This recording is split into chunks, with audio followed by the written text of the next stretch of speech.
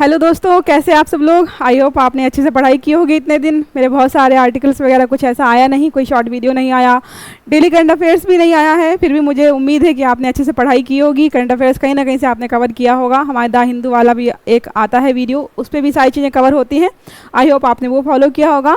तो आपको वैसे मैंने ऑलरेडी बताया था कि अब हम क्या करेंगे, शॉर्ट वीडियोज़ लाएंगे, 5-10 मिनट के छोटे छोटे टॉपिक्स वाइज हम यहाँ पर डिस्कस करेंगे और कोशिश करेंगे भाई जो ट्रेंडिंग में टॉपिक्स हैं, जो आपके एग्जाम्स में भी पूछे जाएंगे और आपके जनरल नॉलेज के लिए भी बहुत ज़्यादा इंपॉर्टेंट है, उनको यहाँ पे कवर करने वाले हैं। तो आज जो है बिल्कुल बहुत हॉट टॉपिक जो चल रहा है इस टाइम, पूरे न्यूज़ पेपर में छाया हुआ है, हर न्यूज़ चैनल जो भी उसको कवर कर रहा है, तो उसको हम डिस्कस करने वाले हैं। और बहुत ध्यान से सुनिएगा क्योंकि आपके नॉलेज की बहुत सारी चीज़ें होने वाली हैं और हमारी जो एग्ज़ाम वाली चीज़ें हैं कि भाई एग्ज़ाम्स हो रहे हैं, सिलेक्शंस हो रहे हैं, क्या प्रोसेस फॉलो किया जा रहा है, कैसी चीज़ें चल रही है, तो एग्ज़ाम से रिलेटेड ही चीज़ें होने वाली हैं। अभी आपको पता है कि एनटीए वाला मुद्दा चला था, नीट वाला मुद्दा उठाया गया था। अब जो टॉपिक आज डिस्कस करने वाले हैं वो यूपीएससी से रिलेटेड है, तो हमारे एग्ज़ाम से रिलेटेड, तो उसको हम अच्छे से आज कवर करेंगे। ठीक है, चलिए स्टार्ट करते हैं। कुछ देखा है तो जो है एक आईएएस ऑफिसर है जिनका नाम क्या है, पूजा खेड़कर। पूजा खेड़कर एक आईएएस ऑफिसर हैं, इनका सिलेक्शन हो चुका था।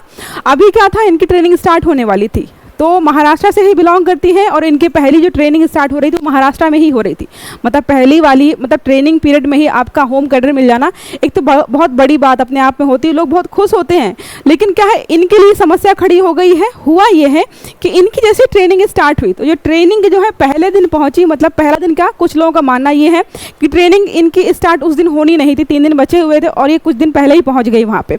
और इनकी डिमांड बहुत बड़ी बड़ी थी कि मुझे गाड़ी चाहिए और मुझे जो एक पर्सनल घर चाहिए, मुझे वर्कर्स चाहिए, मतलब घर पे काम करने के लिए ऑफिस में, मेरे ऑफिस में ऐसा होना चाहिए, और बहुत सारी डिमांड्स ऐसी इनकी चल रही थी। ठीक है, और जो इन चीज़ों को लेकर के ऐसा नहीं है कि मैं बस ऐसी बातें कर रही हूँ, ऐसा कुछ नहीं है। देखिए इनके जो है व्हाट्सएप चैट भी यहाँ पे वायरल हुए हैं। इन्होंने किस तरीके से मैसेज किए हैं कि मैं पूजा खेड़कर हूँ, आईएएस ऑफिसर हूँ, मेरी यहाँ पे ट्रेनिंग होने वाली है और यहाँ पे मुझे ये चीज़ चाहिए, मुझे वर्कर्स चाहिए, मतलब क्या है, हेल्पर्स चाहिए ऑफिस में, मुझे ऐसा कैबिन चाहिए, मुझे ऐसा घर चाहिए। तो इनको यहाँ पे बोला गया कि भाई आपका जो है ट्रेनिंग पीरियड है, प्रोबेशन पीरियड होने वाला है। आपको पता है कि जब भी कोई सिलेक्ट होता है उसके बाद जब ट्रेनिंग पीरियड चल रहा होता है तो उसको जो है एक तरीके से ट्रेनी आईएएस बोला जाता है, उसको प्रॉपर आईएएस नहीं बोलते हैं। उसको कुछ सुविधाएं जो प्रॉपर आईएएस बनने पे मिलती हैं वो नहीं मिलती हैं, लेकिन इनकी डिमांड थी कि मुझे प्रॉपर आईएएस बनने पे जो सुविधाएं मिलती हैं वो मिलनी चाहिए। पहला तो मुद्दा ये हो गया कि अपने जो है जूनियर ऑफिसर्स पर दबाव बना रही थी कि मुझे ये सुविधाएं चाहिए, मुझे गाड़ी चाहिए, मुझे ये चाहिए, मुझे वो चाहिए। इसके बाद हुआ ये कि ये ऑफिस पहुंची अपने, कुछ का मानना है कि जिस दिन पहुंची वो उनका ट्रेनिंग का ज्वाइनिंग का डे नहीं था, क्योंकि वो जो वहाँ पे ऑफिसर थे वो ऑलरेडी अभी वहाँ पे वर्किंग थे, लेकिन वो छुट्टी भी गए हुए थे। तो ये मैम गई वहाँ पर और उन्होंने उनके ऑफिस का सारा सामान निकाल करके अपना पूरा डेस्क सजाया, सब कुछ किया।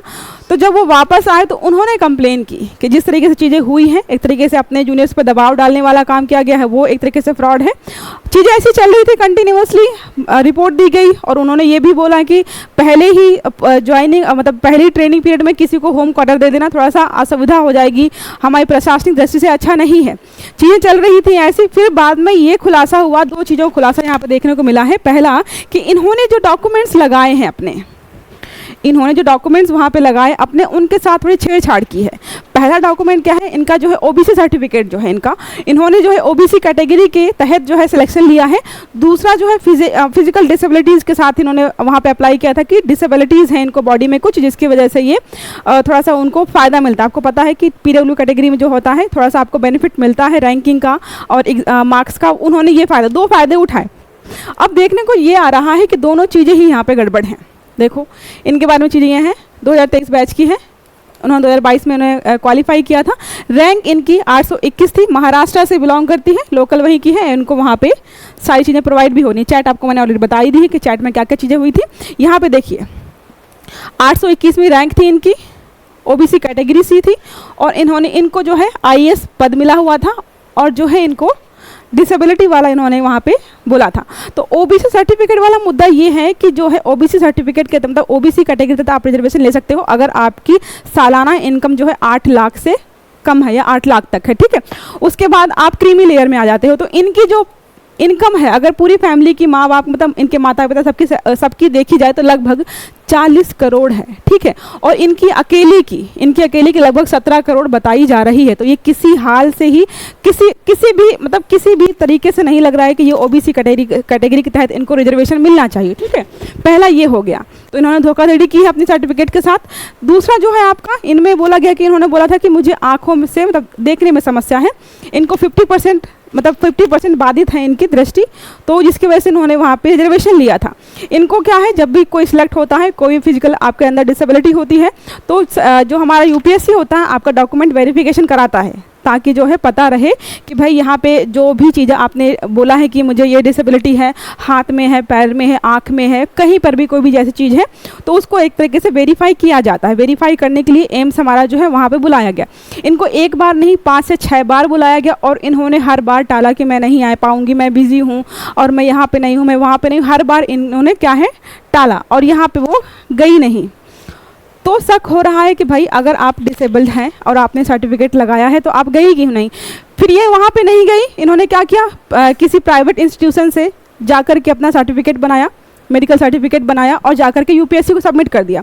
पहले यूपीएससी की तरफ से खारिज किया गया और माना नहीं गया उस सर्टिफिकेट को, लेकिन बाद में जो भी है आपस की जो भी बातचीत हुई हो इनकी, इन्होंने जो भी सोर्सेज का इस्तेमाल किया हो, उसको जो है वेरीफाई कर दिया गया। तो यहाँ पे बहुत सारी चीज़ों को लेकर चर्चा अभी हो रही है हाल फिलहाल में, और इससे रिलेटेड मुझे लगता है आर्टिकल्स वगैरह आते रहेंगे। तो आपको बस इतना जानना है अभी कि भाई अगर इन फ्यूचर आप कभी कोई सर्टिफिकेट लगाते हो, कुछ बच्चे होंगे फॉर्म भरते तो आपको 3-4 बार फॉर्म चेक करवाना पड़ता है, चाहे आप खुद भरें चाहे कैफ़े में जाएं। फॉर्म चेक करना बहुत ज़रूरी होता है कि आपने जो डिटेल वहाँ पे डाली वो सच में सही है, कि कुछ गड़बड़ तो नहीं है। तो ठीक है दोस्तों, आज का ये टॉपिक हमारा यहीं पे ख़त्म होता है। अगर इस पर कोई नया अपडेट आएगा तो हम इस पर अच्छे से बात जरूर करेंगे। अभी के लिए तो छोटा टॉपिक है, तो छोटे टाइम में हमें कवर करना है, ज़्यादा टाइम नहीं लेना है, फिर लेंदी हो जाता है, लगता है कि भाई क्या स्टोरी चल रही है। कोई बात नहीं, हम नेक्स्ट मिलेंगे तो जो भी चीज़ें यहाँ पे रहेगी हम अच्छे से डिस्कस करेंगे, क्या अपडेट आ रहा है। उसके लिए हमारा चैनल सब्सक्राइब जरूर करिएगा, फॉलो करिएगा, ताकि आपको सारी चीज़ें टाइम से मिलती रहें। तब तक अच्छे से पढ़िएगा। Have a good day, thank you.